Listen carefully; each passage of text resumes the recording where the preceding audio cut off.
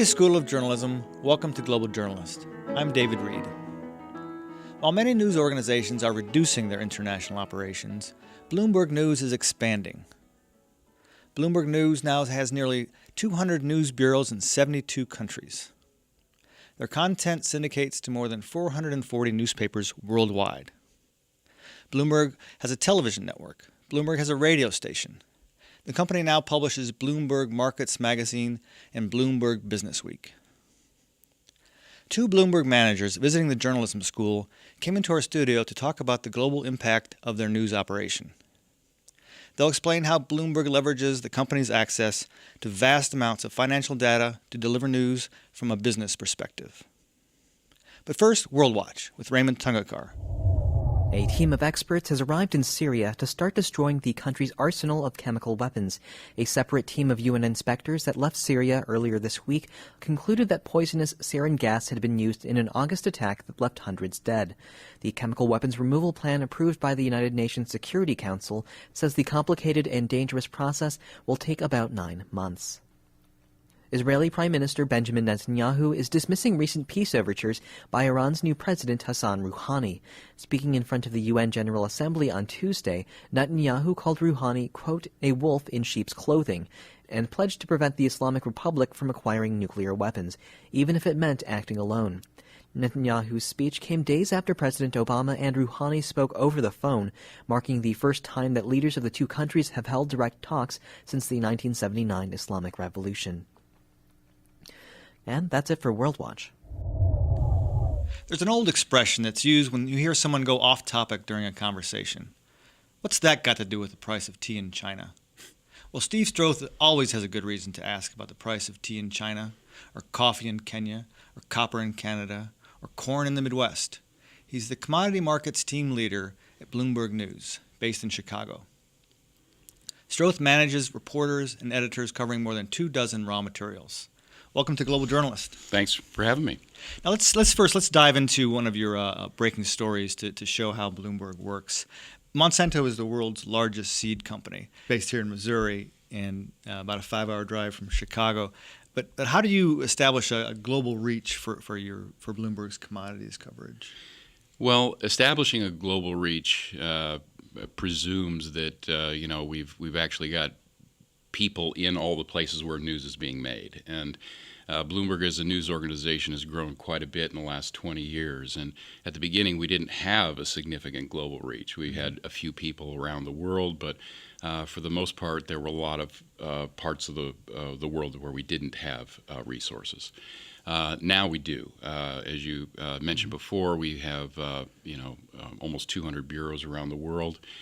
We have reporters writing about all manner of news related to business and finance and government and general news as well. But within the commodity space, agriculture, energy, metals and mining, we now have reporters and editors devoted specifically to covering those stories all around the world. And that's hugely important because, as you know,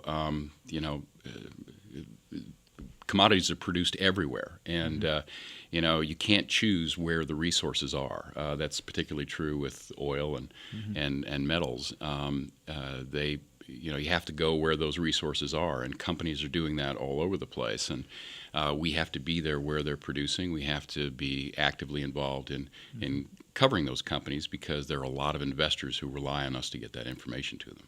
Right. And how has covering business globally been a winning model for Bloomberg Business? Well, I think all you have to do is think about how successful a local company would be versus a global company. If all we're doing is covering Missouri, then our market is Missouri. There aren't probably a lot of people outside Missouri that would necessarily be interested. Maybe some expats, maybe folks who are doing business in Missouri might be interested in it. But Bloomberg is a global news organization, a global information company, and we sell our Bloomberg terminals everywhere to all the financial capitals in the world. And in order for us to deliver what our clients expect of us, we need to be in every part of the world. As I mentioned before, if you have an interest in any kind of stock or bond or currency or commodity, events that are happening far, far away from where you are can influence the value of that asset. And so our clients are relying upon us to get them information about what's going on with those securities that will influence the value of the assets that they hold. Okay. So excitement's not the first word that comes to mind when someone brings up the topic of business news or Bloomberg in particular. How do Bloomberg reporters make data gathering exciting or at least compelling? Well, I don't know how you make, data gathering exciting. Data What gathering happens is hard after work. you do the data gathering? Well, as storytellers, we're like any other journalists, and we want to tell compelling stories. And we define news as anyone defines news. It's a surprise. It's something that's compelling. And we have obligations as storytellers when we come across information that we determine is newsworthy or important. We have an obligation to make sure that the reader understands why that's the case. And I don't think you have to look very far to find that there are a lot of compelling economic and business stories around the world. I mean, we've just gotten through a really nasty recession here in the U.S. Europe is in a recession. These are real-world problems that have real-world consequences. People lose jobs. Income is lost. You get dislocation. It's not the primary cause, but we've had problems related to food supply, and Tunisia and in Egypt were sparks or part of the spark that prompted some of the Arab uprisings that you saw. And it's not uncommon for economic issues, supply and demand issues, to result in major conflicts. We went to war over oil. Right. There are plenty of governments that will step in to protect their natural resources. These are big picture stories, and you can't get any more compelling than that. Those are pretty exciting stories, I think. And can you give me an example of a story in particular, maybe the commodities story that you were able to humanize? Tell a good story. Able to humanize? Well, all our stories are like that in the sense that when we're telling our long-form stories in particular, we're always looking for opportunities to show how this is impacting the regular person. And we can talk about the drought that we had last year in the Midwest and how damaging that was to crops. We talked to a lot of farmers to look at their crops and see what was happening there, and what the economic impact was for them. Similarly, when prices are rising, that impacts companies and individuals. If the price of oil is going up, chances are the price of gasoline is going up, and that can be disruptive for a lot of people who are drivers. It's particularly penalizing for the poor because you have a bigger percentage of their income goes to things like food or travel, and so we're always trying to humanize our stories in that way by talking to individuals who are directly impacted by what it is that we're writing about. Okay.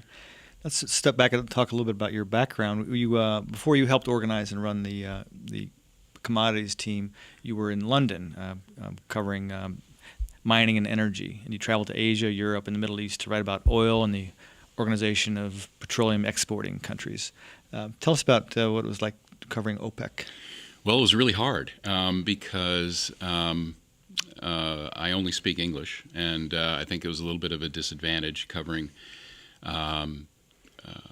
representatives of countries that don't necessarily speak English as their first language. So that was a challenge. But also I think in those years when I was doing it, some time ago now, Bloomberg's global reach wasn't as extensive as it is now. Our OPEC team is far superior to the OPEC team that I was a participant in, and that's primarily because we have people in all the right places and people with the backgrounds that we need. But I have to say it was a very, very exciting time. I got to see a lot of different parts of the world and met people that were, on the leading on the newscasts at night, and that part was very, very exciting and challenging as well, especially given the resources that we had at the time.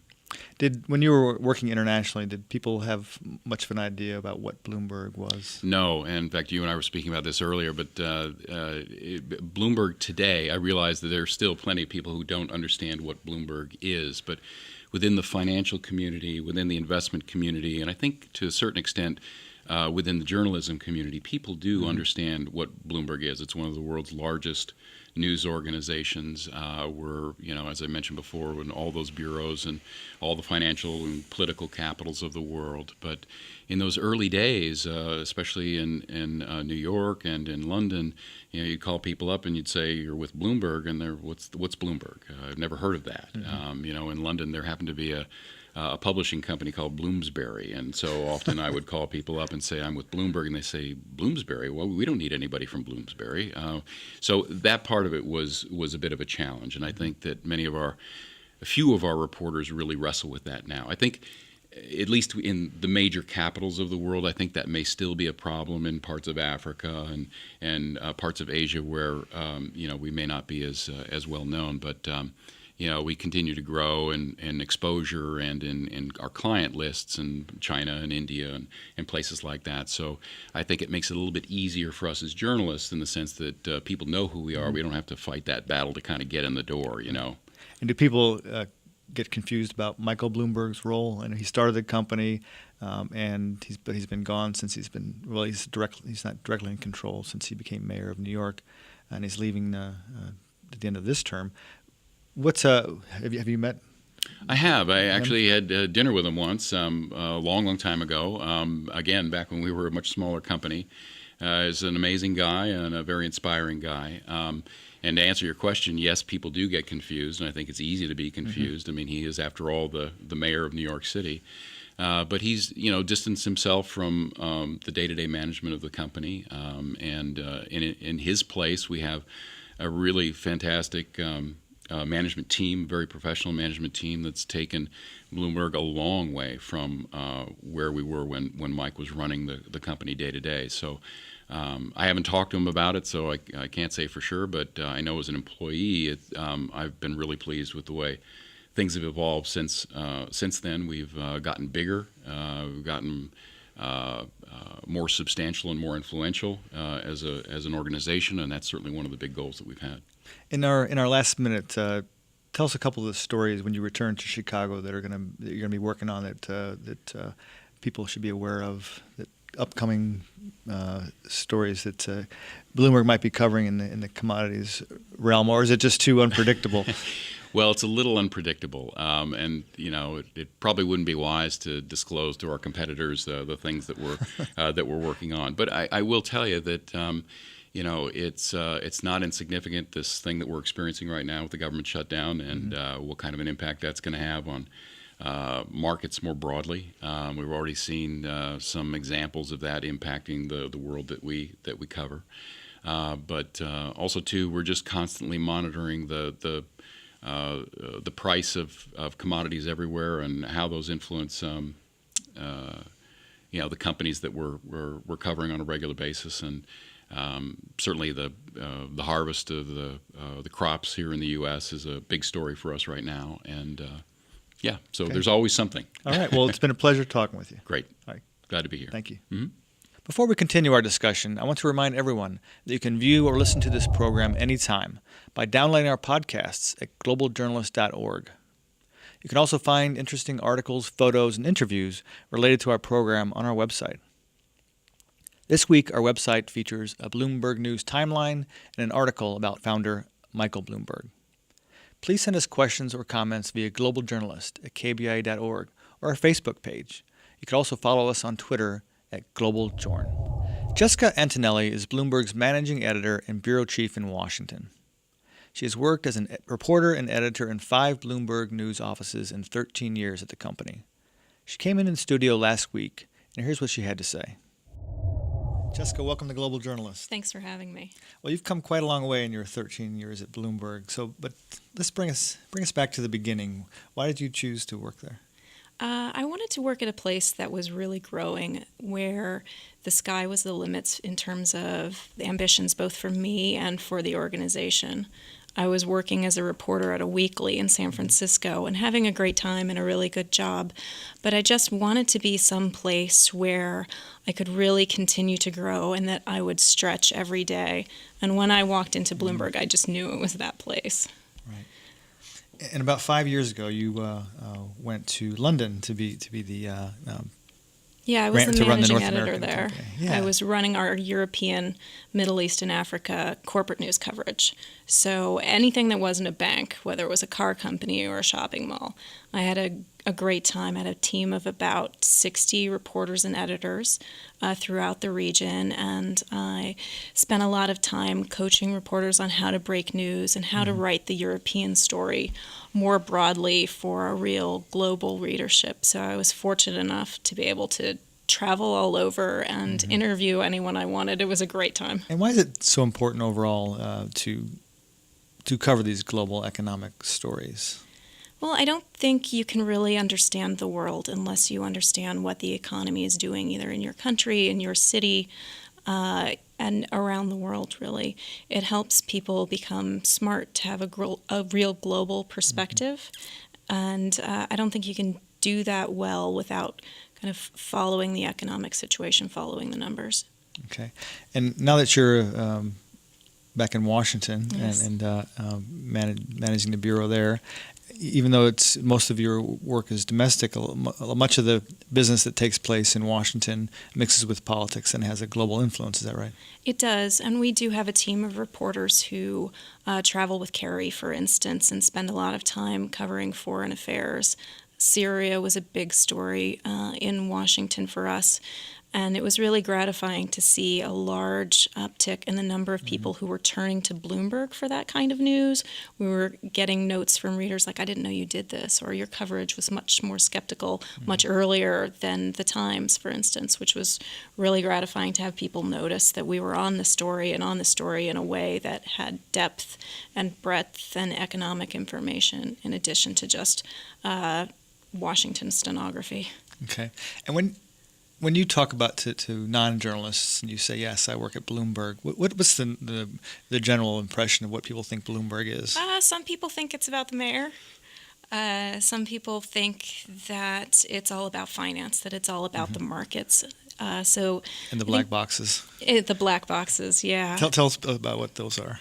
Well, affectionately, we call them the terminal, and this is on the desk of most traders around the world, where people can get their information about the latest stock price, data, analytics, and news as well.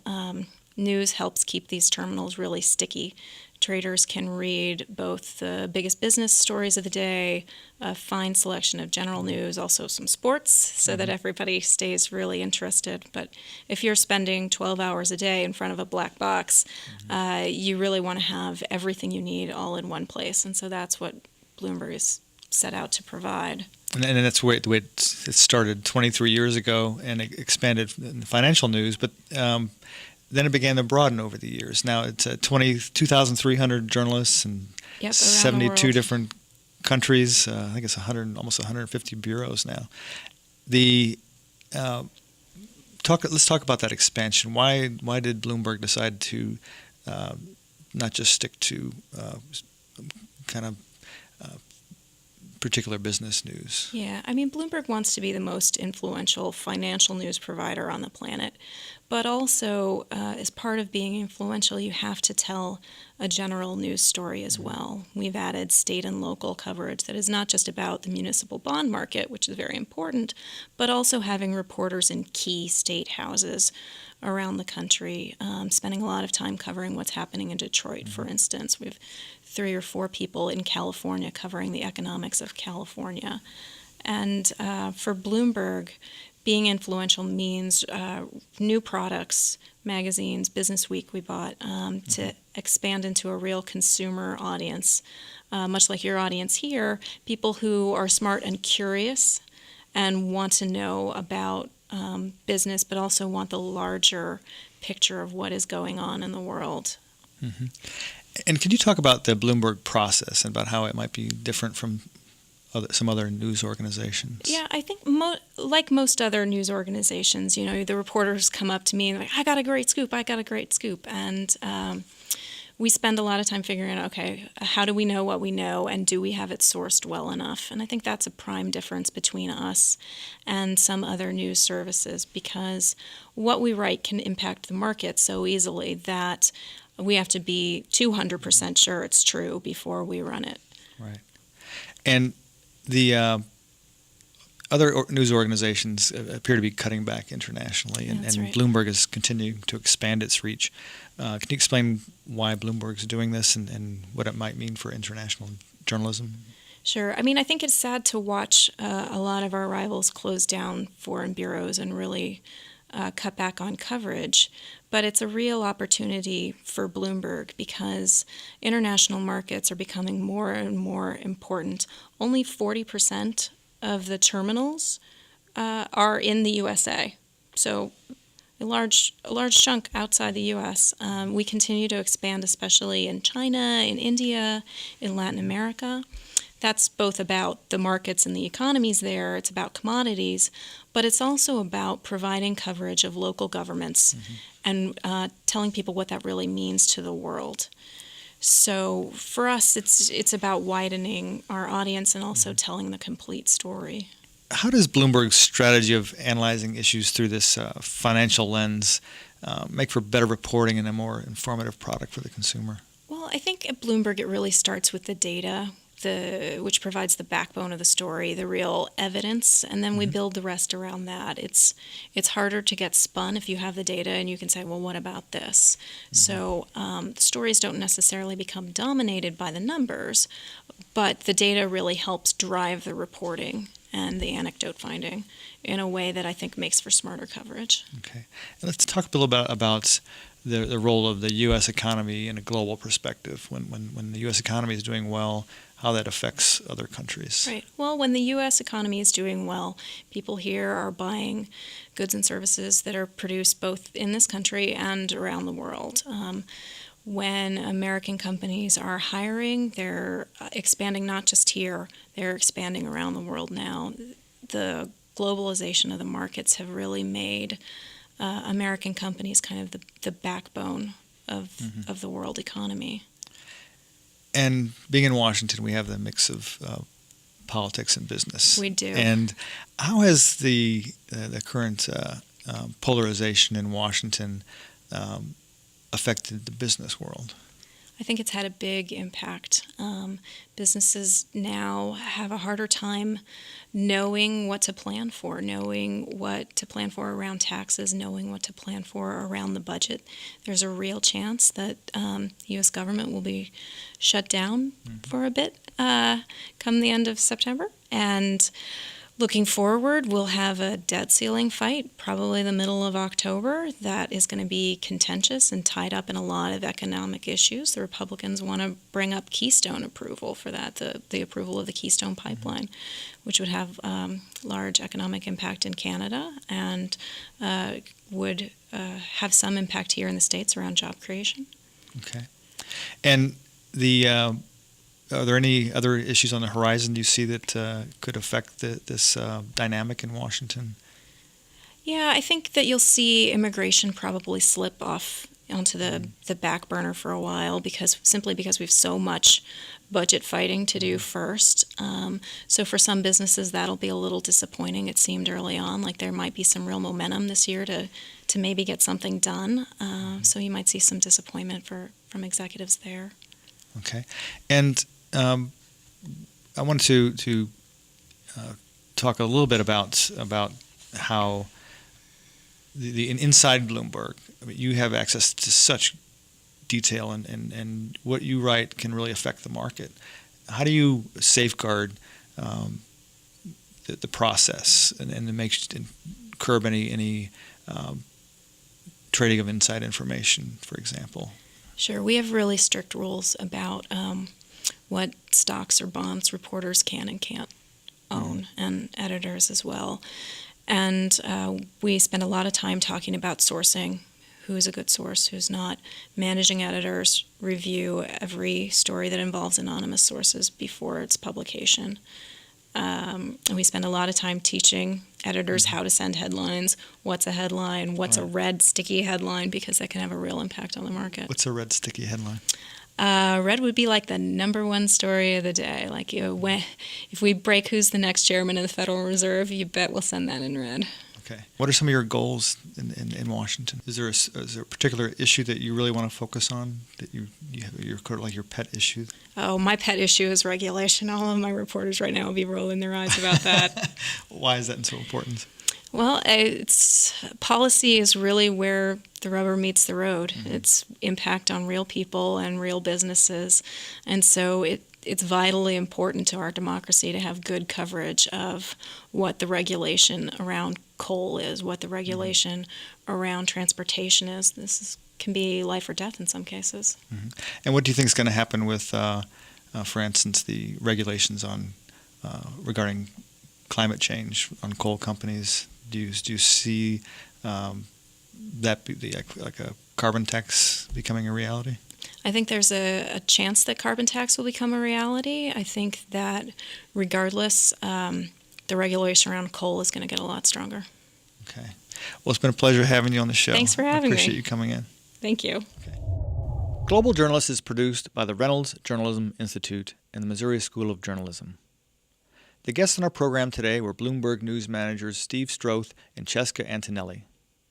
Global Journalist is directed by Travis McMillan, audio by Pat Akers. Raymond Tungakar is our executive producer. John O'Connor was this week's lead producer. Stay with us for Free Press Watch, and join us again next week for another Global Journalist. And now Free Press Watch, Global Journalist's weekly rundown of the major events affecting press freedom around the world. I'm Casey Morell. Today's news comes from the Committee to Protect Journalists. 2 journalists were arrested in Russia while they covered Greenpeace's action against oil drilling in the Arctic Ocean and face piracy charges. Russian freelance photographer Denis Sinyakov and a British video reporter named Kieran Bryan were arrested on September 19th and placed into detention for 2 months. They are being held while the case is being investigated, and authorities decide whether they will be charged with acts of piracy. If convicted, they face up to 15 years in prison. Journalists were attacked in Cambodia while covering a protest near a Buddhist shrine in the country's capital, Phnom Penh. Reporters from Agence France Presse, the Cambodia Daily, International Herald Tribune, the Phnom Penh Post, and Voice of America were attacked by a group of assailants who used slingshots, electric prods, and batons under the cover of darkness. The reporters sustained only minor injuries. The U.S. Embassy and the Committee to Protect Journalists have called on the government of Cambodia to investigate the attack. CPJ said that 9 journalists have been killed in Cambodia since 1992. 6 of those killed were political reporters, and no one has been charged for their murders. For more information on these and other stories involving press freedom around the world, please visit our website at globaljournalist.org. Thank you for joining us this week on Global Journalist. I'm Casey Morell.